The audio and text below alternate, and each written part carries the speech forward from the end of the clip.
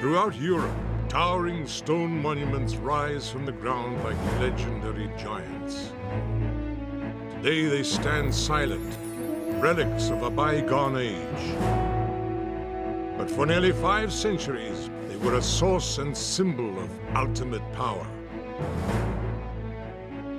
During an era of great turmoil, the medieval castle served as the primary tactical weapon in battles that were politically motivated or religiously inspired. Savagely attacked and defended, they evolved to become among the most impressive military structures ever built and helped transform the landscape. They also contained secrets in design that in war could make the difference between life and death, success and failure, victory and defeat.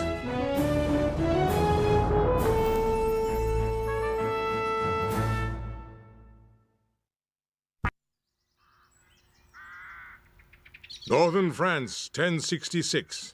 It's early autumn, and Normandy has just been united under the rule of Duke William. Ever ambitious, he sets his sights on the throne of England and orders the construction of 350 ships.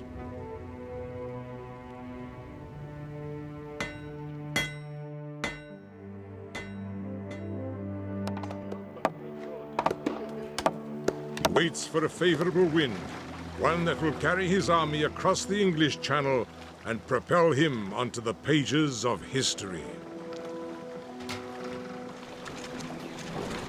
Finally, on the evening of September the 26th, Duke William's flotilla of longships embarks upon the 70-mile journey across the open water to the south coast of England. On board are 2,000 men-at-arms, 3,000 horses, and over 7,000 knights. But they also bring with them secret cargo that will become the decisive military weapon of its age. It's not a lethal new sword or axe, nor a new breed of warhorse. Carefully stowed aboard William's ships are the basic building blocks of a castle. Upon arriving, the Normans worked quickly, building a simple castle made up of a high earth mound surrounded by a wooden fence. By the time the English army has marched south to meet them, Duke William's men have remarkably built 2 other castles. The English want to avoid attacking these Norman strongholds. They choose instead to face the enemy in open combat on a hill near the village of Hastings. The 2 armies meet in a furious clash. The Norman cavalry bears down on the Saxon warriors who are armed with great axes, which can cleave a man and his horse in 2. The carnage is horrendous. The ranks so tightly packed together that there isn't even space for the dead to fall. The battle rages until dusk, and finally the English King Harold is killed. The Normans emerge victorious.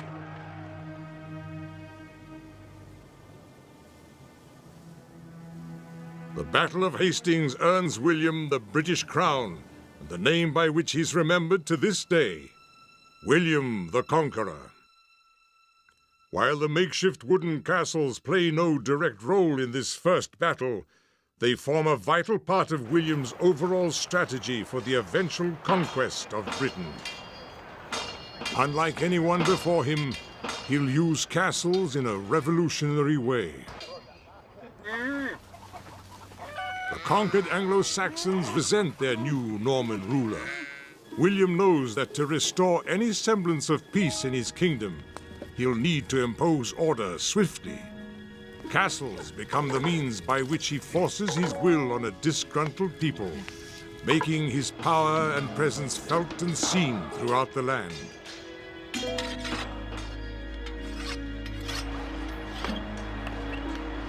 After Hastings, William's armies drive north, subduing the countryside and erecting hundreds of his trademark castles: Canterbury, Rochester, London, Windsor.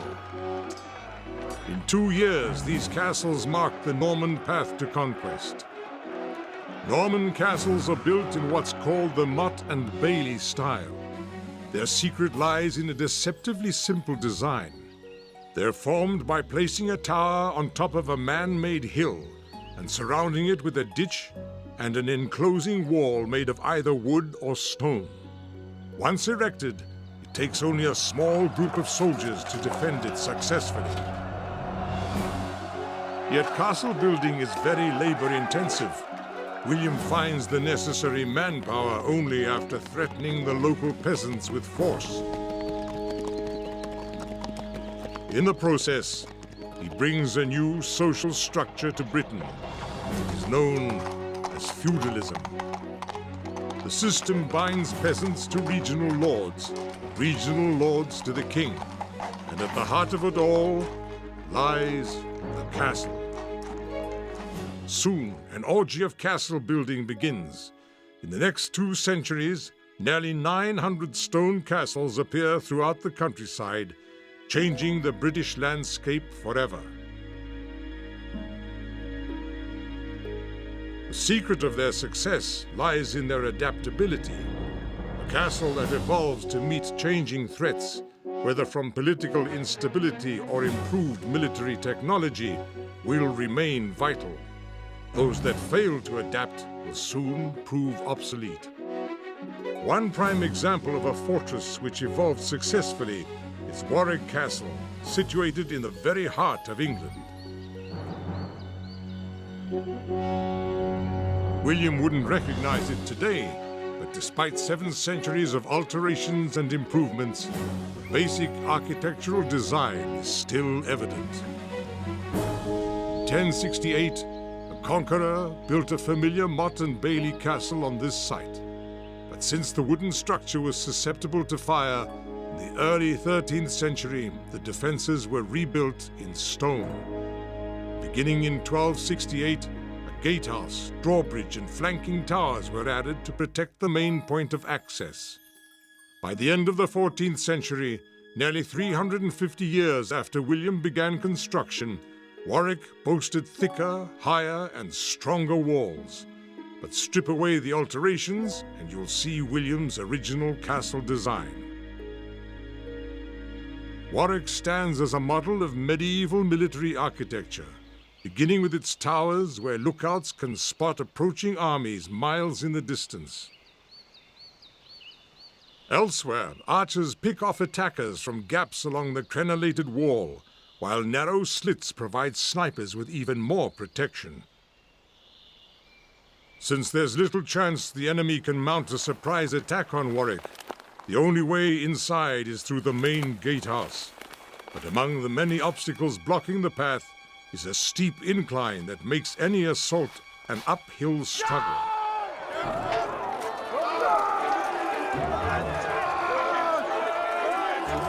Truth is, overwhelming Warwick's defenses head-on is nearly impossible.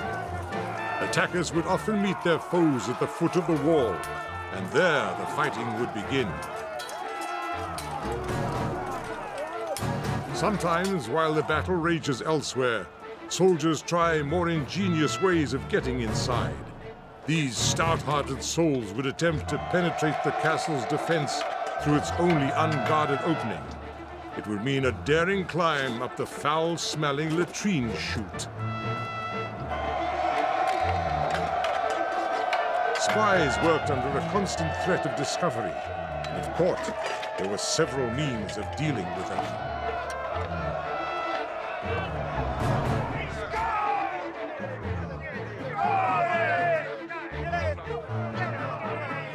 Castle punishments were designed to instill fear in the surrounding population as well as the enemy. The point is to control the land and people around the castle for more than the range of a crossbow. The real secret lies in governing as much through fear as through force.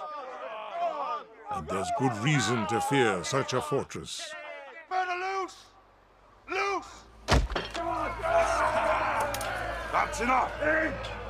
But feared more than execution is the dungeon at Warwick Castle, the final destination for many prisoners. The dank, vaulted chamber holds a grisly assortment of torture instruments, including a rack for stretching and tearing victims until their limbs break, and a gruesome spiked chair used to extract damning confessions. Horrific as these tortures are, there's always the chance of survival and the hope of release. The same can't be said of this innocent-looking portal, which opens on the most infamous and feared of punishments. Once inside here, all hope is gone. Within this small, dank chamber, the prisoner is abandoned, left to wait alone, slowly but inevitably starving to death. These holding cells were known as oubliettes, which translated from Norman French literally means a place to be forgotten. Despite their growing might, the Normans find controlling the fringes of their British territory an ongoing struggle. Marauding bands of warriors make lightning-fast raids from defensive structures of a different sort. The most common is known as a ring fort. Largely communal, a ring fort consists of little more than a wooden fence on a stone foundation. Inside are workshops, living quarters, granaries, nurseries, and enclosures for domestic animals.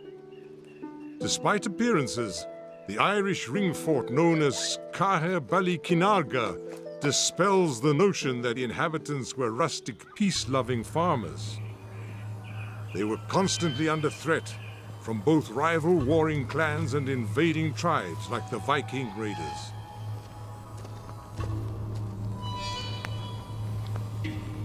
Survival called for resourcefulness, even in the face of greater numbers or superior weaponry.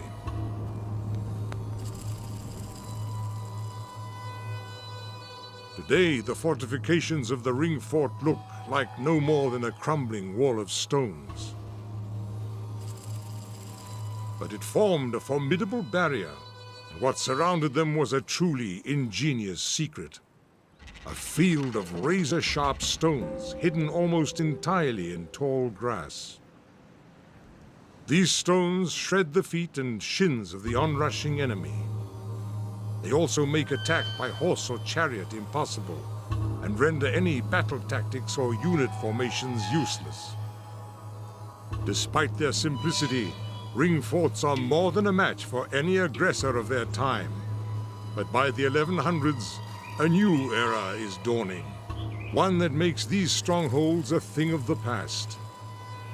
This era brings new battle tactics and new social developments, and at the center of this revolution stands the castle.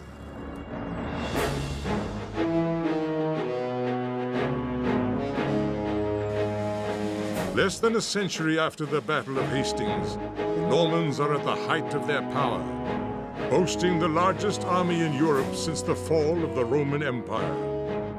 Now, new lands beckon on the horizon. And in 1154, King Henry II, great-grandson of William the Conqueror, unleashes the Norman storm on Ireland. Like his forefather, Henry's secret weapon in this strategy of conquest is the castle.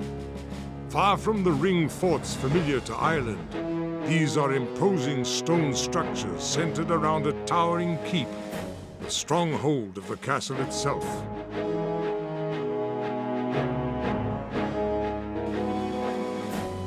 The Anglo-Norman lords construct many fortifications of this type in an effort to subdue the Irish, but none are so impressive as the fortress in Munster province known as Bunratty Castle.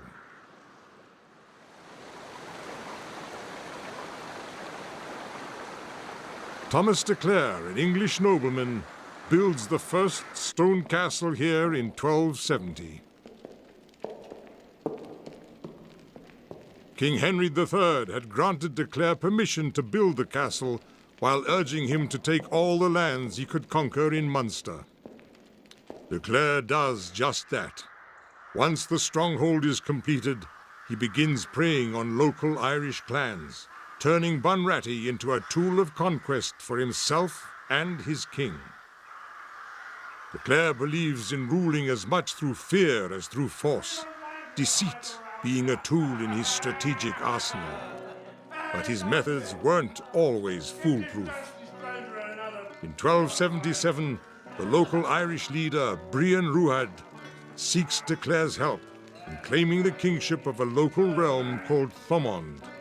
De Clare hosts a banquet in Ruadh's honor.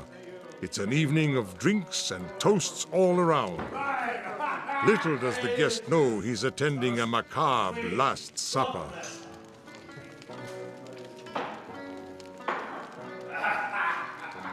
In mid-meal, De Clare has Ruadh removed from the hall and taken outside.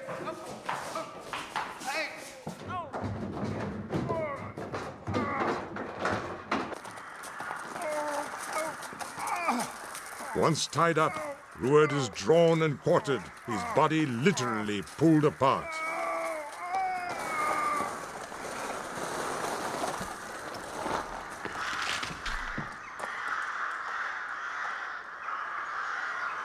De Clare later orders Ruadh's remains hung outside the castle as a warning to other troublesome locals.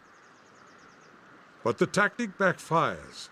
Instead of intimidating the Irish, it spurs them into action. Soon all of the regional clans join forces and plan a combined assault on Bunratty. United, they'll make De Clare pay for his barbaric treachery. De Clare is confident that Bunratty will withstand any assault. After all, the castle contains features, both obvious and secret, designed to give him the advantage. As the attacking Irish make their way across the open fields towards the castle, they'll be in view of the archers who stand in protected positions on the crenellated roof. The attackers that make it across the killing field to the main entrance are then doused with boiling water and quicklime, poured from an opening above, called the murder hole.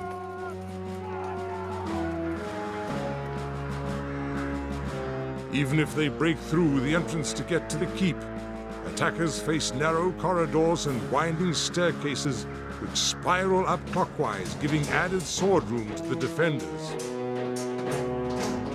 The top of the towers are tiny staircases through which only women and children can reach the attic hideout.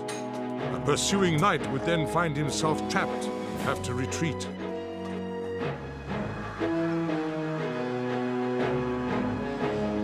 The effectiveness of Bunratty's well-conceived defenses repelled attacks for more than 40 years. But generations of defiant Irishmen refused to bow to the castle. Their secret weapon was time. If they couldn't overtake the castle by force, they would starve it into submission.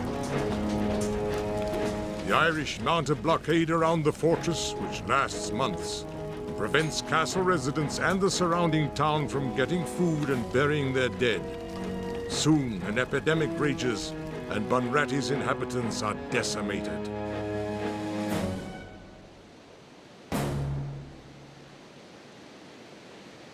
Though its defenses are never physically breached, disease and starvation eventually bring mighty Bunratty to its knees. Men like Thomas de Clare learn that it takes more to defend a castle than moats and high stone walls. It's a lesson other commanders would have to learn the hard way.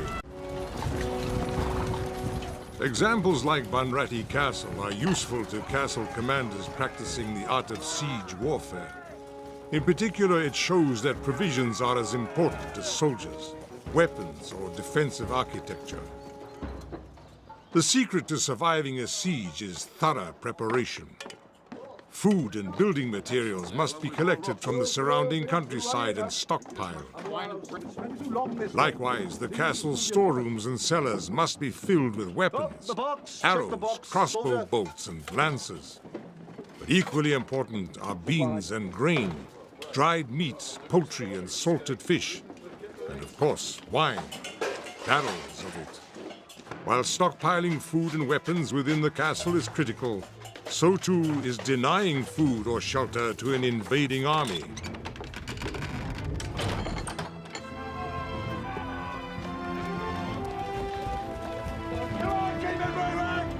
The shrewd castle commander sends troops out into nearby regions to destroy all crops, livestock, and storehouses. Anything which might aid the enemy.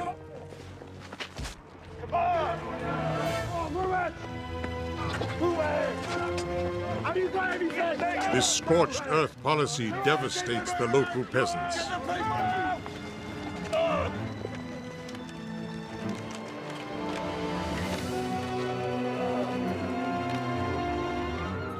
Some of whom are then conscripted and trained to help defend the fortress. No, once more, fight and watch defeat. In some ways, a siege seems no more than two armies facing each other on opposite sides of a wall.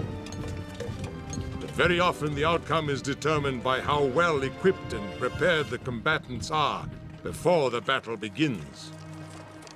Provided a castle is well provisioned, a relatively small force can defend it. In 1294, for example, 37 soldiers successfully held Harlech Castle in North Wales for 2 months against an entire army of thousands of men. Southern France, 1209. By this time, it's legendary throughout the medieval world. A castle known as one of Europe's best fighting fortresses, Carcassonne.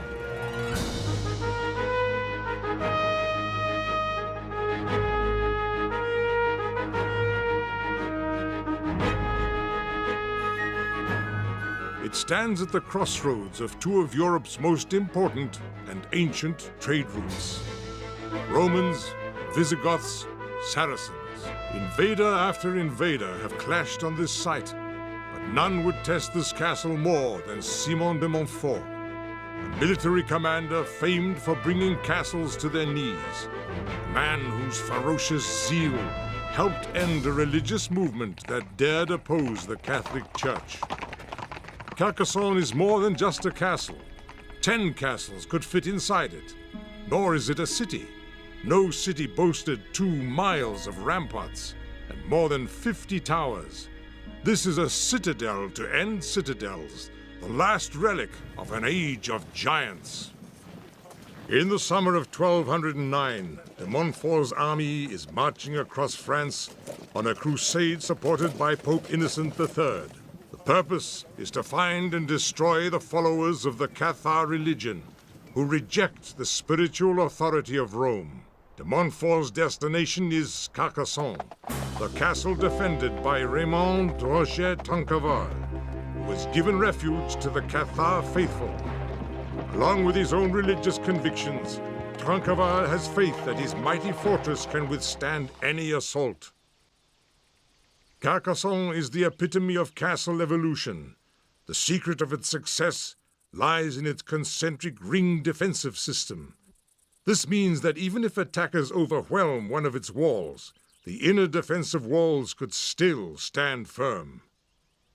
The entire city is contained within these 3 concentric defensive walls. For additional advantage, each wall is built higher than the next, enabling defenders on all 3 walls to concentrate their fire on the attackers below. What's more, the 50 flanking towers were separated by the distance of an arrow's flight, so each could help defend another. Trencavel knows the importance of thorough preparation. He begins stockpiling provisions and training local peasants and announces to the faithful, "I offer a town, a roof, bread and my sword to all the persecuted persons who will soon be without a town or roof or refuge." Then he assembles large artillery engines within the defenses to help protect the fortress. Thousands seek safety behind the mighty walls of Carcassonne. There's no doubt that Trencavel has a sizable force to help defend the castle, But no one knows whether the stockpile of provisions is enough to sustain all the refugees. Upon arriving at Carcassonne, de Montfort surrounds the castle with an army of nearly 200,000 men, demands its surrender. But Trinqueval, trusting in the technology of his mighty fortress, flatly refuses. De Montfort's next move is to dig in for a long siege. His massive army sets up camp beside the Aude River. Then de Montfort dams the river to cut off Carcassonne's water supply.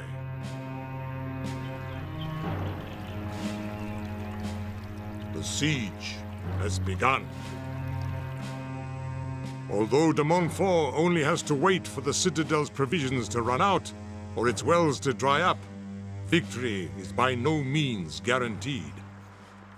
He has no way of knowing how well supplied Carcassonne is, nor how many soldiers are behind its walls, or if there's a relief force on its way to break the siege. In fact, he has no way of knowing how long the wait will be. Even if he knew, de Montfort might have trouble keeping his army in the field long enough. Much of his force is made up of mercenaries who need to be paid on a daily basis. Add factors like disease, boredom, desertion, and restlessness, and it's clear that if he waits too long, de Montfort risks seeing his army fall apart. As a result, de Montfort plans to launch assaults at several points along the castle perimeter. He hopes that the attacks will force the defenders to reveal their true numbers and even uncover a weakness in the castle itself. But Carcassonne holds many defensive secrets. For instance, this innocent-looking corridor winds its way around the base of the castle. It's actually a death trap which encloses attackers between two well-defended walls, while boulders are rolled down the corridor like bowling balls to crush the enemy. While any opening in a castle's perimeter defense can be a liability, the architects of Carcassonne made the main gatehouse a giant exception. The stone vaults of the Narbonne Gate open skyward, allowing those in the towers above to rain down fire on invaders. Farther on are iron gates, iron doors, and a booby trap, which smashes invaders with a battering ram. The citadel is as well protected as anyone at the time can make it. And it's a good thing, too, because its defensive capabilities will soon be put to the test.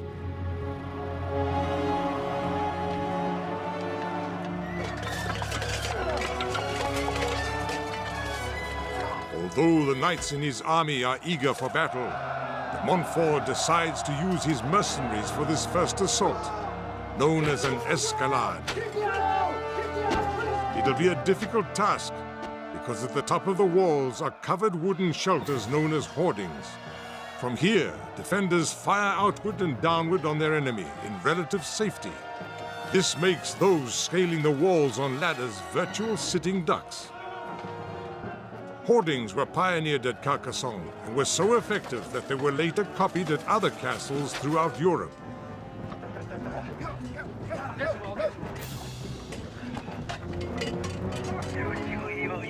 As the scaling parties cross the moat and race toward the wall, they're easy targets for the bowmen concealed within the hoardings.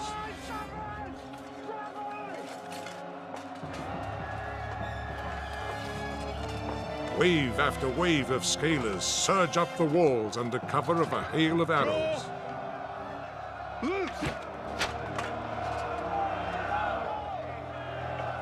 Many begin the climb up the ladders. Most never reach their goal. The escalade is a notorious meat grinder. Montfort expects to lose over half his men in the assault, which is why he uses his mercenaries instead of his better-trained knights. After all, each mercenary costs money. Once they're dead, they cost nothing.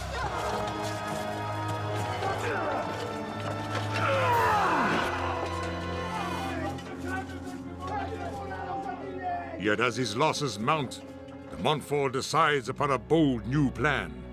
He orders the construction of a belfry, a siege tower more than 50 feet high. Word from King. Says we have 10 days to abandon. That's all the time you have. My lord. The idea is to push the tower toward the base of the castle wall. Then soldiers within it can lower the drawbridge onto the top of the wall, allowing them to fight on level ground with the defenders. De Montfort's carpenters begin constructing a machine which can be moved forward on wheels and rollers. The tower is then covered with wood and wet leather as protection against fire and arrows from the castle. After several weeks, the tower is completed, and de Montfort's men begin dragging it forward. But the uneven terrain makes moving it difficult and slow-going. Trinqueval has an answer to the tower, using catapults to pound the structure with a steady hail of fire. Meanwhile, fierce fighting rages inside it.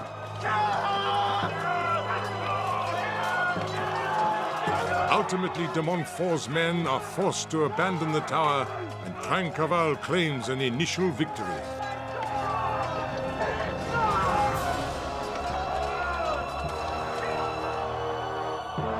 Giving up on the siege tower, de Montfort turns his efforts to destroying the hoardings and protecting his scaling parties. He orders the construction of an array of siege machines.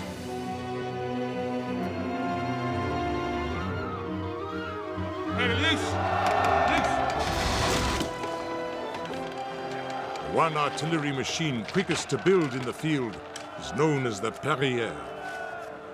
With muscle power alone, the sling of the Perrier can send a 30-pound stone crashing through the wooden hoardings. Loose! Loose! But as effective as the Perrier is, it's only a single tool. De Montfort knows overwhelming the defenses of Carcassonne will take more of his tactical ingenuity, much more firepower. Keep. 1 month into the siege, de Montfort's assault on Carcassonne is going well, but the Perrier's progress is slow. He steps up his efforts, ordering the construction of a secret weapon, the trebuchet. Invented in the 13th century, the trebuchet works by counterweight rather than straight muscle power. It can therefore handle much larger payloads and deliver them much farther.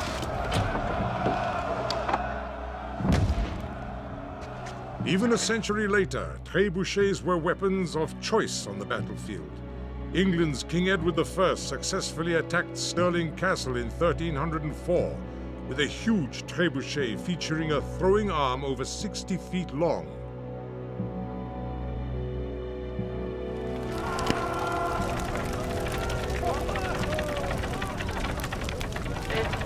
These machines can handle more than large stones. In many cases, armies have hurled the rotting corpses of plague victims or the decaying bodies of animals over the castle walls.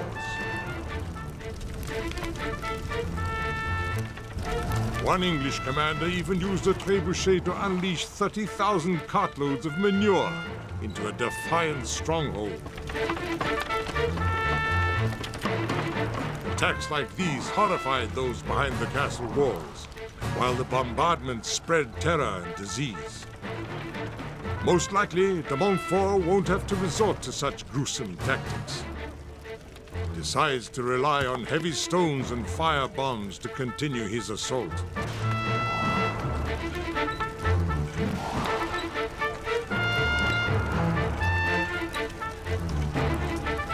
After a week of constant bombardment, a stone crashes through the eastern gate. The attackers rush in jubilant, then are quickly cut down by Trinqueval's men inside.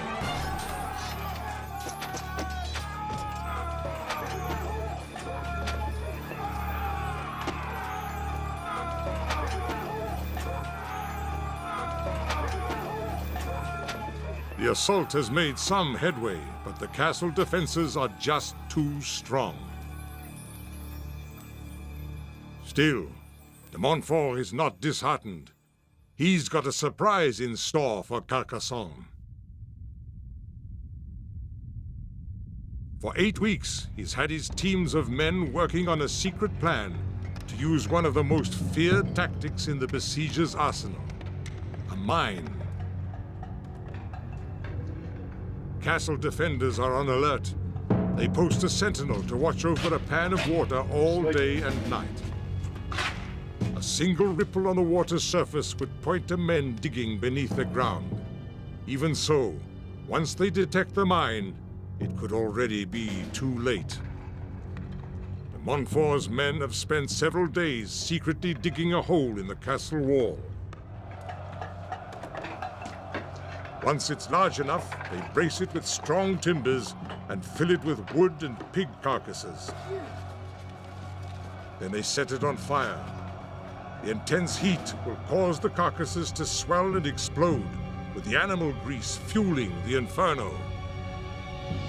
Before the sentinel can sound a warning, the surrounding wall collapses with a thundering crash.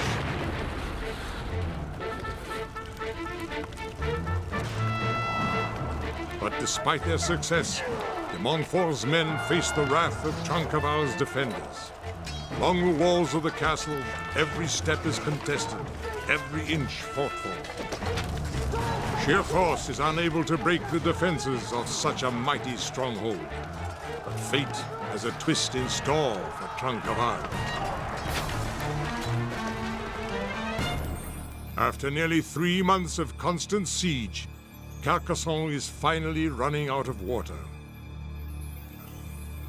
Now thirst has joined the siege on de Montfort's side. With the wells dry, Trinqueval waits 12 days for outside help to arrive. Meanwhile, Carcassonne's women and children are suffering from dehydration, hunger, and disease. In a desperate effort, Trinqueval rides down to the enemy camp to negotiate the release of innocent civilians. He stands face to face with de Montfort, but de Montfort's religious faith outweighs his allegiance to the code of chivalry. He orders Trinqueval to be put in chains. Thus, trickery, not strength, forces Carcassonne to surrender.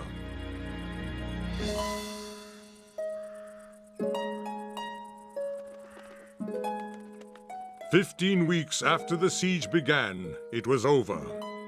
Carcassonne fell, the Cathar faithful were punished, and the religion destroyed. Confined to a tower, Raymond Roger Trinqueval falls ill and dies just 3 months later.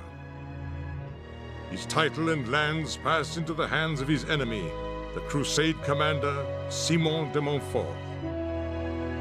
Yet the siege stone at Carcassonne depicts the citadel's revenge on its conqueror. It's reportedly found on the tomb of Simon de Montfort and pictures one of the outworks of the fortified city on the upper right, while below it a team operates a Perrier. The stone reveals how a well-aimed missile launched from a Perrier crushes de Montfort's skull during a battle 9 years after the fall of Carcassonne. According to the history, the catapult that fired the shot was operated by women. At the time, death this way proved an inglorious end for a ruthless commander.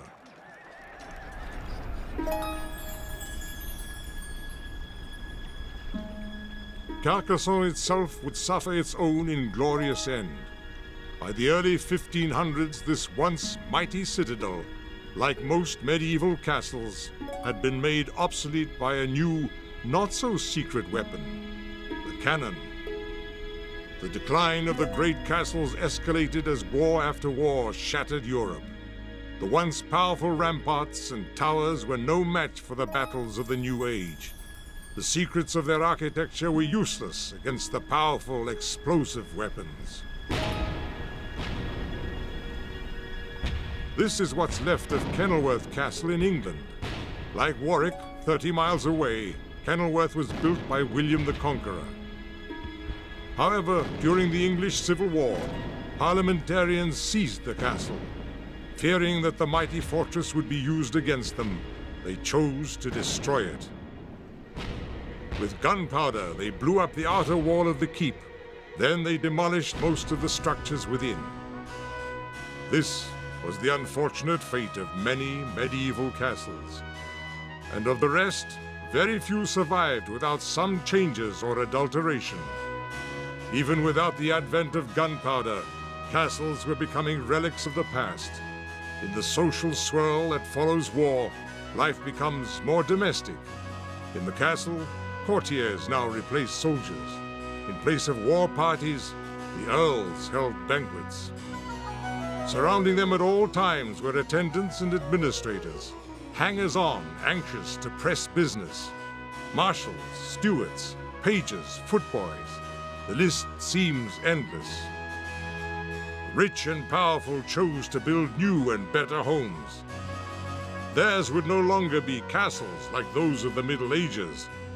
Instead, they preferred grand, sweeping palaces designed for luxury and comfortable living.